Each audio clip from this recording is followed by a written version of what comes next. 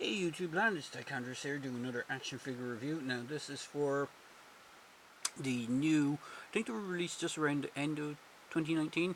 I know they were released in GameStop, but I got these ones from Amazon. I had pre-ordered them and they arrived this month. And so what this is the Amber Collection Jurassic World, technically Jurassic Park, because they're mostly based on Jurassic Park characters for this first wave. And it's the Dr. Ian Malcolm and Velociraptor figure. Now, these are fantastic dinosaurs, and everyone falls over, um, as I say it. But I'll go on about the packaging first, and then I'll go on about the figures. So, packaging, as you can see, is this kind of black with yellow-orange veins going through it. It has the Jurassic Park logo on the side. Has the Dr. Ian Malcolm picture of him when he's on the helicopter when they're arriving to the island on the back. And it says, an expert in chaos theory, Dr. Ian Malcolm is one of the few original visitors to Jurassic Park. While he often uses humor and sarcasm, he has a deep understanding and respect for the power of nature and knows that life finds a way. So, his box, they're both kind of similar designs. The Velociraptor is obviously a longer box because the dinosaur inside is a lot longer. Unlike the other Mattel releases, the tail is connected. You don't have to snap in tails or anything like that. It's all one piece. Then flipping around the back of the box, you have an image of the Velociraptor. And you have highly intelligent and aggressive. The Velociraptor is known to hunt in packs, while with the innate ability to distract and deceive her prey, this cunning predator proves to be one clever girl, which they quote, what's his name? Muldoon. So, accessory wise, Ian has the most. Now, before I get on to the figure, I'm still trying to debate whether this is a 6-inch line or a 7-inch line. And I'll get into that in a minute. But for the accessories for Ian Malcolm, you get a base that is designed to be an amber block, and it has the Jurassic Park logo on the base. You get a cup of water. I'm not sure if you can see that well. You get a cup of water. It's sculpted, or it's done in the way that you can actually see water in the cup, which is quite nice.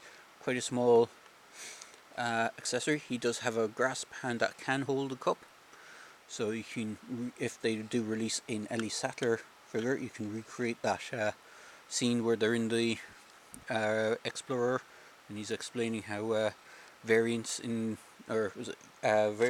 in the skin causes the water to move differently.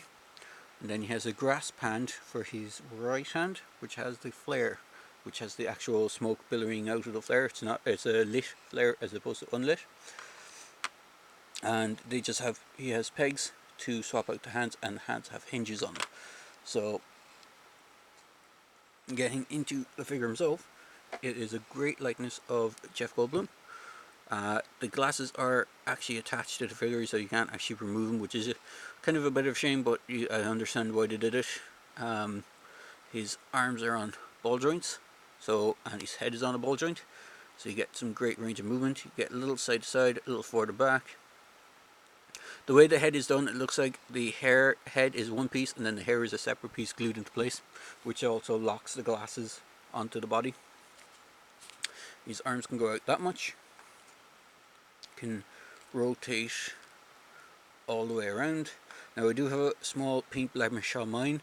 So the arm is a black plastic, and just above, because he has rolled up sleeves on his shirt, part of his elbow is actually on the arm piece, or the upper arm. So there is painted apps on his arm, and unfortunately there's a bit of paint blemish of the skin tone on that. His arm has a single jointed elbow, which gets a little around just 90 degrees. As I said, his wrists are on a swivel and a hinge, so they can hinge. He has an upper diaphragm and a lower waist, so he has good posability on that. He has a watch sculpted on one arm for his left hand. He does have forward on the legs. He doesn't have black back because of the sculpting of his pants. And he does have the splits. You can do the splits that much. You can go forward. There is an upper thigh swivel. Now I would be cautious with the thigh swivel, because the way it looks like it's done is these two halves of the leg are sandwiched and glued together. So over time that paint might wear out with excessive use, and it might just split down the seam. And then he has double jointed knees.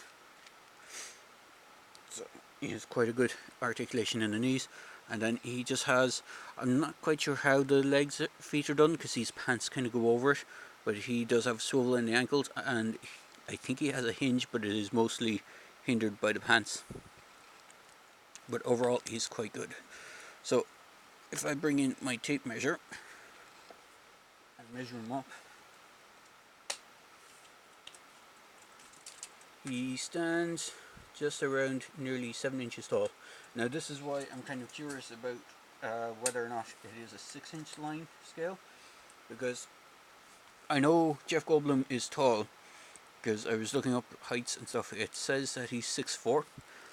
Here is Jonesy from the 6-inch scale figure line from Jazzwares, and here is Jonesy from the 7-inch scale line from Jazzwares, or not Jazzwares, from McFarlane. So there's a height difference obviously between the two figures. One is 6, one is 7-inch, and Ian stands between those. And if I bring in Mr. Stallone, he actually stands a little bit taller than Sylvester Stallone, who according to IMDb is like just around 6 foot. So it looks like he's almost a 7-inch scale figure.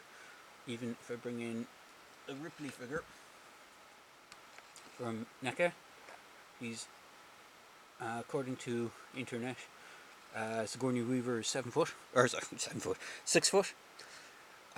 So he does tend to stand around, and if her hair probably wasn't as big as the figure is, the scale wise should be out in scale. So I'm a little I do wonder if the other figures in this line will be proper 12 or 6-inch scale, or if it's just Malcolm ended up being taller than the rest for some reason. I'm not too sure. He doesn't come with any grip hands other than the ones designated for the accessories, so he doesn't come with anything with a trigger finger.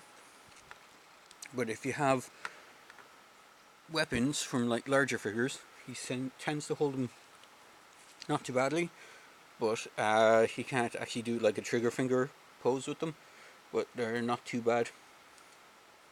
You can even hold the 7-inch scale Jonesy's pickaxe, not too bad, and it doesn't look too out of scale for him. So good figure. Now get on to the Raptor, which is a fantastic figure. So accessory wise for the Raptor is only a base. It doesn't come with anything else. The base is in 2 parts, so you get this part itself, and then you get this clear stand piece that you have to plug into the base, and it has a ratchet on the top and a swivel, and you can rotate it around the base as well however you want, and again has the Jurassic Park logo. The Raptor is amazingly multi-jointed, so you get quite a good range of movement out of it. So you have the head is on a ball joint here and a ball joint here. You can get really good snapping and kind of roaring poses with the head. The jaw can open up quite widely on her. You can get some great looking poses. Arms are on a hinge and can rotate all the way around. The elbow is on a hinge and has a rotation. The hand is on a hinge and can rotate as well. Hips have a kind of splay mode. It's like a ball, it's not quite a ball and socket. You can rotate them all the way around if you wish. You can have a joint here and a joint here and a joint here, and even the sickle claw has a joint on the claws themselves. They're the only ones that have a joint. The rest of the foot is just like a solid piece, but you can get some very cool running. You can even get the kind of kicking pose that they do with the foot claw. You can get some very either neutral or attacking poses. Tail is quite long, and it's actually a bendy wire tail, so you can actually position it. Now, don't think I wonder about the tail over the course of time, because it's a different material, and depending on where you store it, it could get kind of damaged over time. So it is something to watch out for. The rest of it is a solid sculpt, and it is quite a nice looking raptor. I mean, the paintwork, the teeth, everything is kind of spot on it. Now, I know there's 2 other raptors on the way, I think. There's a blue. There's definitely a blue version. Oh, and it doesn't have foot pegs as well. Ian has foot pegs to stand on his base, whereas the Raptor has a peg so that you can peg. Ooh, nearly knocked over the camera. You can peg it into the stand, so you can either have the feet on the base, or you can have it kind of look like it's running on the base. But he does. It's a fantastically sculpted creature. Let me just angle down my camera. It is very nicely done, and it does look quite nice next to Ian Malcolm. It does look a little large for 6-inch, which again is why I'm kind of wondering if it's a 7-inch scale line as opposed to 6-inch.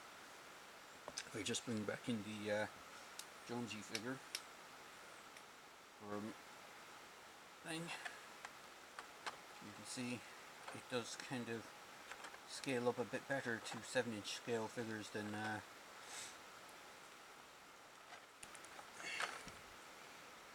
7-inch scale figures than the 6-inch scale figures. So again, I'm not too sure if Mattel, because I know initially Mattel said it was a 6-inch line, but it seemed to be a little bit taller. Maybe it is designed to be 7-inch. I could be wrong. If anyone knows more in the comments, in the comment section, please feel free to leave a comment about it. But overall, it's a fantastic line. I do recommend supporting the line if you're a fan of like highly detailed collectible Jurassic Park and Jurassic World figures, because I think the next wave that they're bringing out will be Blue and Owen, and they hinted at Alan Grant at one point, so I think he's on the cards somewhere down the line as well.